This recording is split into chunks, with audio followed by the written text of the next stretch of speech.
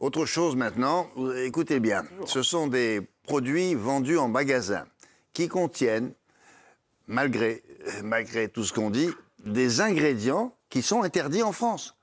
C'est l'histoire invraisemblable qu'on va vous raconter maintenant. Rodolphe Bonas, dans sa chronique Consommation, c'est le spécialiste mondial de la consommation. Même Donald Trump parle de lui, je vais vous dire. Allons-y.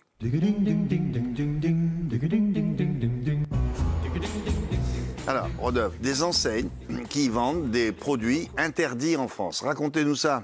Alors en fait, ça vient d'une enquête journalistique qui a été réalisée par nos confrères de Marianne et de France Inter et qui ont révélé cet automne, si vous voulez, qu'il y a certains produits, particulièrement des sodas, des bonbons ou encore des céréales du petit déjeuner dont tu parlais tout à l'heure, qui vont contenir des ingrédients qui sont interdits clairement dans la législation française. Alors attention, quand on parle d'ingrédients, on va être très précis. Il s'agit, si vous voulez, de ces additifs alimentaires qu'on retrouve dans nos produits, qui sont la plupart du temps des texturants, des colorants, oui, ils servent à quoi, des exhausteurs de goût. Oui, c'est-à-dire que c'est des texturants, c'est-à-dire qu'ils vous permettent de mettre de la matière sur le produit d'éviter. Voilà, qui est plus épais, le bonbon est plus épais. Tout à fait, ou par exemple des colorants. Donc ça, on voit colorants, très bien. Ou bien des conservateurs, permettent de faire en sorte que la date de consommation soit plus longue. Alors, on les retrouve comment? Ils ont des numéros de code, les E171, les E520. Tous ces additifs commencent tous par la même lettre, c'est E. C'est européen. Exactement, ils ont E171, E520, bref, ils ont tous leur élément.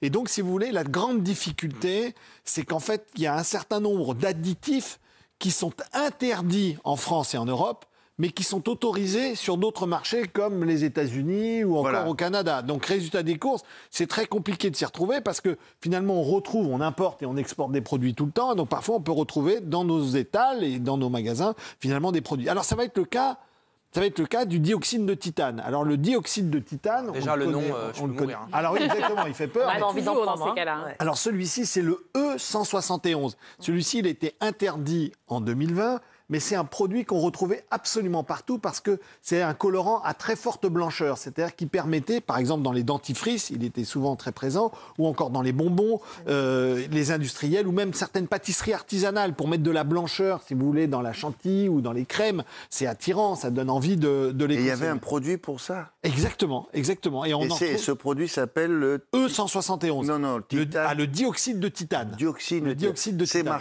C'est marqué sur l'étiquette? C'est marqué sur Comment il peut se vendre si c'est interdit?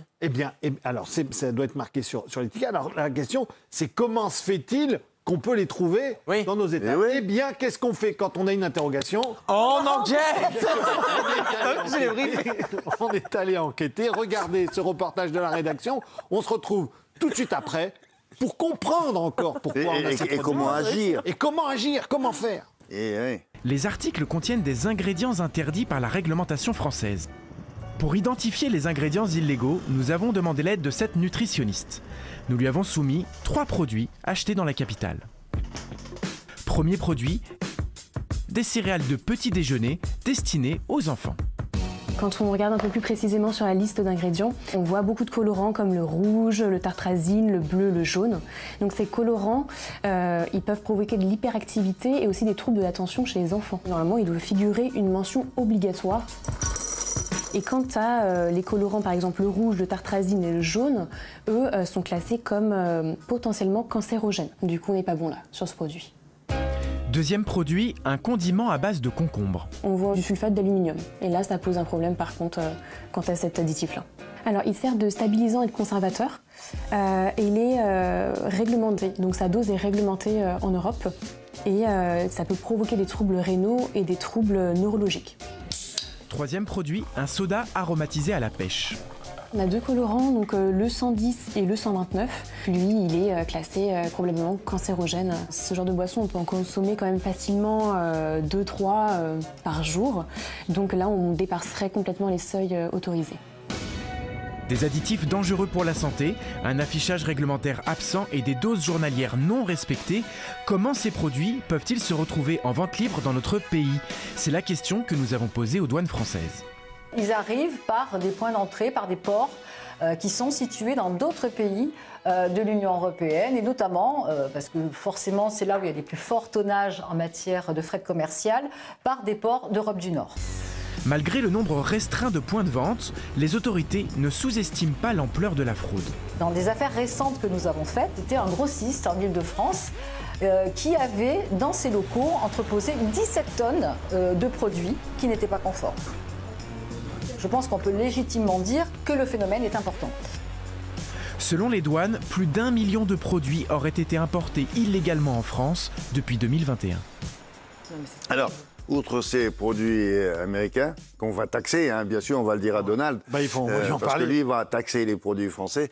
Il y a d'autres produits qui sont concernés ou pas? Alors oui, il y a, en fait, si vous voulez, il y a des additifs qui sont très complexe, on l'a vu, on a parlé du dioxyde de titane, mais il existe exactement un autre élément, c'est l'érythrosine. Alors l'érythrosine, je vous donne le code toujours, c'est le E127. Lui, c'est un colorant qui met du rouge. Alors c'est très compliqué la législation de ces fameux additifs alimentaires. Imaginez-vous que l'érythrosine est interdit parce qu'il est découvert comme étant cancérogène, mais il est autorisé pour les cerises. Bah oui, on a droit d'utiliser de l'érythrosine lorsque vous faites des cerises, par exemple des cerises confites ou bien des cerises que vous retrouvez dans des cakes. Là, vous avez le droit d'utiliser. Où est la logique alors? Ce colorant. Attention, en revanche, il est interdit pour les bonbons.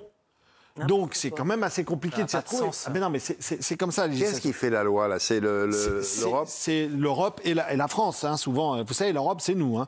Donc sur cet élément. C'est pour ça que pour s'y retrouver, c'est très compliqué. C'est pour ça qu'il y a certains. Ah bah là, bonbons. Regardez. Voilà, exactement. Vous voyez, E127, là, vous avez le droit parce que c'est des cerises en bocaux, donc vous avez le droit de les rendre rouges parce que sinon, elles ne seraient pas vendues. Alors, c'est par exemple, cette érythrosine, vous en trouvez dans des bonbons japonais qui sont souvent présents sur nos étals. C'est les bonbons Seiki. Eux, pour faire tout le rouge, ils mettent de l'érythrosine. Voilà. On bouffe n'importe quoi. Voilà, et les pesticides, ne dites pas qu'il y en a dans des produits de consommation. Vous allez avoir sur les pesticides, qui est un véritable fléau, et on va les retrouver un petit peu partout, ces pesticides, parce que surtout lorsque vous mangez des légumes ou des fruits, c'est un élément qui est assez important. Donc là, il y a encore eu une enquête qui a été faite, et ça ne devrait pas être fait. Ça a été réalisé par nos amis de Vert de Rage, vous savez, l'émission qui a été réalisée là-dessus, et eux, ils nous alertent sur quoi? Sur des pomelos de Chine qui contiennent des molécules toxiques pour la reproduction. Autre élément, des raisins importés du Pérou. Eux, on va trouver des irritants toxiques et des dépollinisateurs, ce qui est très mauvais pour l'environnement. Qu'est-ce qu'ils font alors dans ces cas-là, sur le sol français? En fait, la réalité, c'est qu'il faut comprendre, c'est d'une complexité extrême. De naviguer dans la législation, et c'est ce qui est expliqué dans le reportage, c'est d'une complexité extrême d'arriver à contrôler les importations. Et ça, c'est vraiment un point extrêmement important. Il y a aussi la pâte à tartiner algérienne qui a fait le buzz cet été. Parce que qu'est-ce que c'est que ça? Qu'est-ce que c'est? Moi, je l'ai goûté. C'est très très bon. Mais elle était interdite justement parce qu'elle n'est pas légale. En effet, il y a une pâte à tartiner qui a fait le buzz sur les réseaux sociaux. Alors, excusez-moi pour la prononciation, c'est Elmergen. Elmergen, qui est une pâte à tartiner d'origine algérienne, fabriquée en Algérie. C'est comme le Nutella, c'est ça? Exactement. Pour ne pas le citer, c'est une pâte chocolatée, tout à fait. Alors, elle a fait tout ça. Et cette pâte à tartiner, elle est bloquée par les douanes à l'importation depuis septembre 2024. Alors, pourquoi est-ce qu'elle est bloquée? Elle est bloquée pour deux raisons que je vais vous éclairer. La première, c'est qu'en Algérie, actuellement, ils ne possèdent pas de laboratoire agréé pour transformer et exporter des produits laitiers. Normalement, lorsque vous importez des produits laitiers en Union européenne, vous devez avoir dans votre pays un laboratoire agréé et les Algériens ne l'ont pas, c'est pour ça que c'est bloqué. La deuxième raison pour laquelle c'est bloqué, c'est que l'étiquetage du produit ne répond pas aux critères européens, c'est-à-dire il ne révèle pas ce dont on nous a parlé souvent, le fait d'avoir des matières grasses saturées, c'est indiqué dans nos étiquetages, et donc c'est pour ça que ce produit est bloqué. S'ils ont un laboratoire agréé pour intégrer du lait, et s'ils arrivent à régler le problème de l'étiquette, alors on pourra consommer cette pâte à tartiner. Voilà. Et ensuite, pour aller très très vite, qu'est-ce qu'on fait pour y voir plus clair dans les produits que l'on achète? N'hésitez pas à utiliser certaines applications comme Yuka, par exemple, ou Quel Produit, qui sont deux applications gratuites qui vous permettent, lorsque vous passez votre code barre, d'avoir une indication qui va du vert au rouge sur les additifs alimentaires que vous trouvez dans vos produits. Voilà. Vous mangez pas trop transformé et français.